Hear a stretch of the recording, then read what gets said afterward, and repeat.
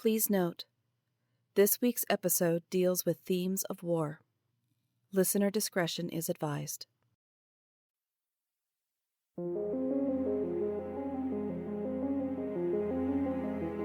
Welcome to Into the Night. I'm Nari, your guide on today's excursion down a twisted path. Be careful not to get lost. Be it dark or light, it's easy to lose your way. Are you ready? Then let's begin.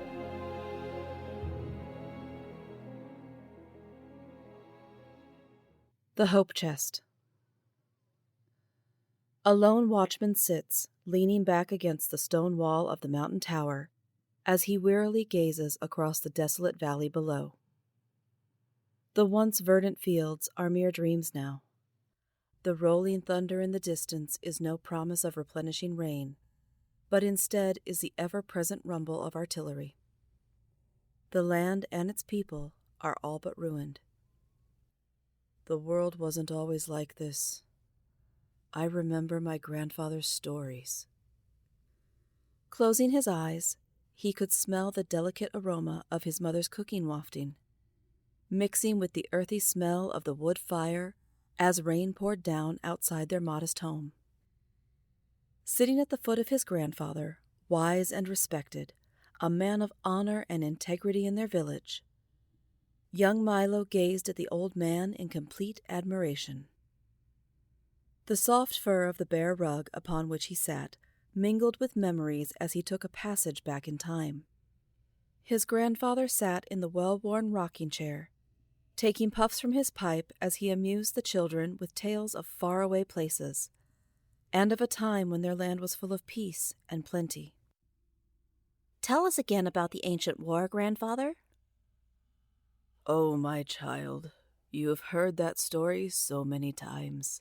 Surely you are tired of it by now." A chorus of young voices pleading for him to tell the story won the old man over, as everyone in the house knew they would. Milo's parents shared a wink across the kitchen as they prepared the last of the evening meal. They knew their beloved patriarch would not miss an opportunity to tell one of his favorite tales. That's all it was, they knew. These stories were nothing but lore that had passed from generation to generation. There was no more truth to them than the stories of imps and fairies. How could there be? It did keep the children occupied, however, and it gave the old man a chance to bask in their attention. "Well, it was a long time ago, back when we didn't have the modern conveniences that we do now. We were still a prosperous people, though. For centuries, our people farmed this valley. Life was wonderful, and everyone had more food than they could eat. Our cattle and goats were fat and sleek. No one saw the trouble that was coming. Our people were content, and sometimes when we become content, we lose our watchfulness. Fat and satisfied, we were blinded to the evil approaching." The children huddled together. A gentle shudder passed among them. Lex, Milo's older brother, wrapped a blanket around Milo and gave him a reassuring hug. It was the end of the harvest season, and oh, what a harvest it had been. The trees hung heavy with fruit that fall, and the silos overflowed with grain. Mounds of vegetables sat in everyone's cellar, and the women were busy preserving as much food as they could from daybreak to sundown. The men labored in the fields to bring in the last of the abundance. "What did the children do, Grandpa?"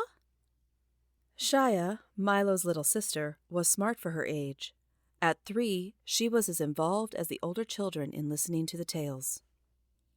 "The children?" Grandfather stopped to shake out his pipe and refill it with tobacco.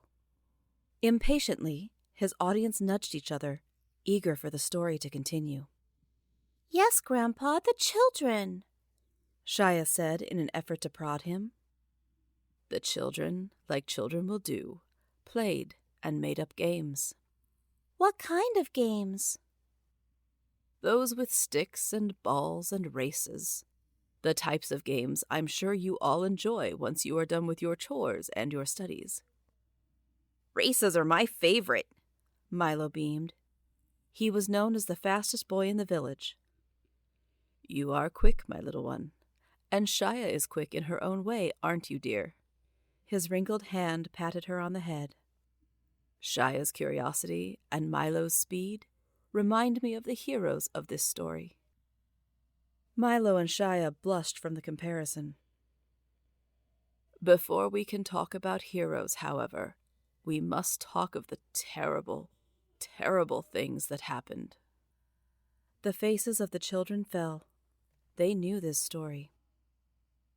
The marauders swept down from the north in a fury. Their horses were fast and their hearts were cold. They killed and destroyed our people and our land. We fought back, however, and the war raged for many, many years. Starvation raged, and many of our people died from illness. Fierce battles took a toll on them as well.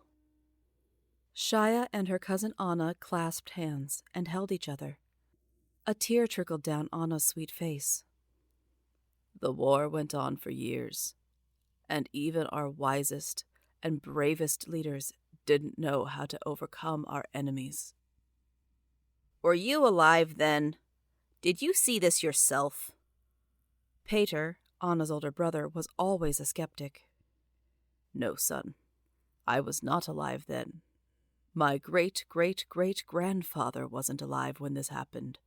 This story has been handed down for centuries, but it is true.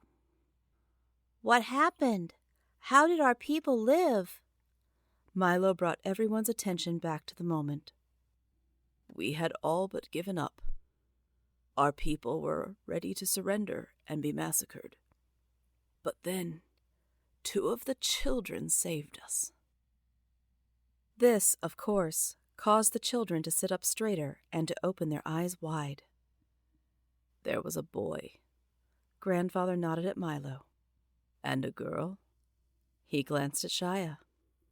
They were clever young children, always curious, even in the midst of war. They played their favorite games. One was hide and seek. We play hide and seek all the time. The children wiggled with excitement that they carried on an ancient tradition of their people. Yes, you do. Now, one day, these 2 children, Oli the boy and Ara the girl, went far beyond the boundaries of the village. They ran deep into the forest where they found a cave. This was no ordinary cave. It was in the base of the holy mountain. Looks of awe swept across the children. Down, down, down they climbed into the cave. They were so amazed that they forgot to hide from one another. The wind gently whistled through the cave, and they were drawn to a glowing room. In the center of this room, it was no bigger than this house. Grandfather motioned his hands in the air. Was a chest. A beautiful wooden chest with sturdy metal hinges. And on top of the chest were words, weren't there, Grandpa? Shia knew. She knew the importance of the words.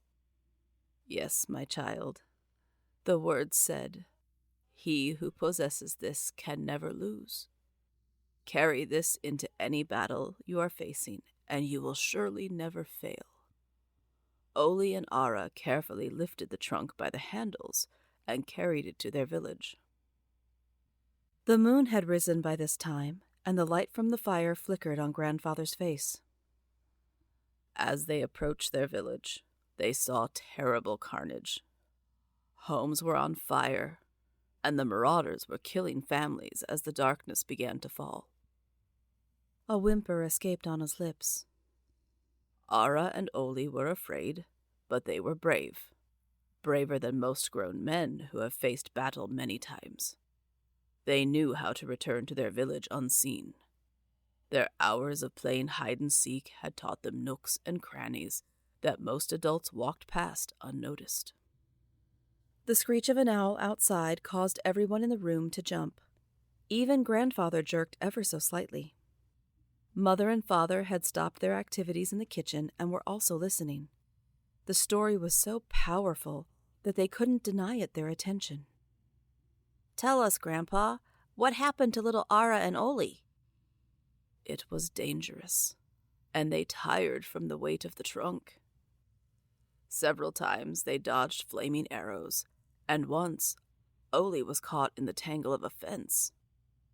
Death surrounded them everywhere. Finally, exhausted, they gently knocked on the back door of their cabin. Their mother ushered them inside, shocked by the trunk they dragged into the house. They had to be so tired and scared by then. Little Shia had concern in her voice. The children collapsed onto the floor as their parents read the message on the top of the trunk. Their mother called for the oldest son, Link, to find the king, which was no easy task given the battle raging throughout the valley. Find him he did, and the leaders gathered around the trunk, eager to find what magic it held that would allow them to win any battle. By now, Milo's mother and father knelt on the floor alongside the children. The wise men of the community opened the latches on the trunk as a bright light radiated through the crack in the lid. Carefully, oh so carefully, they lifted the lid off the chest as blinding light rushed out of the trunk and shot in all directions. Inside, still glowing, was a golden plate with one word inscribed upon it. Hope was all it said. Hope was all our people needed. The cold wind across the desolate valley brought Milo out of his reverie. He had volunteered to be the watchman for what was regarded as a foolhardy mission. "You're stupid to believe the rubbish of fairy tales, Milo. Be realistic and flee with the rest of us," he was told as the rest of the village scrambled to escape to the rugged mountains of Ryan. Milo and Lex would not give up, however. They could not accept surrender, even if their plan may be no more than a misplaced homage to their grandfather's long-ago stories. Lex had ridden his horse through dangerous enemy territory to the base of the holy mountain. Now Milo waited as watchman to see if it had been in vain. As the ashen sun set, Milo saw the nearly imperceptible movement of his brother's large bay horse across the valley. A distinct amber hue, one bright enough to be seen even at this distance, radiated around the horse and his rider. When all seemed lost, they had found hope.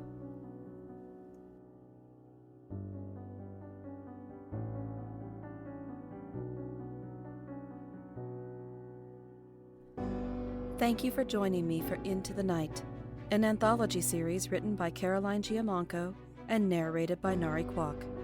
You can now listen to all new episodes of Into the Night on your favorite podcast directory. Be sure to subscribe so you never miss an episode, and please share with anyone you think would like to join us on our next excursion. If you like what you hear, please leave us a 5-star review. It really does help. Feel free to reach out to us on Twitter at IntoTheNightPod or by email at itnanthology@gmail.com. I'll see you in 2 weeks. And remember, whether in the shadows or in the daylight, all twisted paths take you into the night.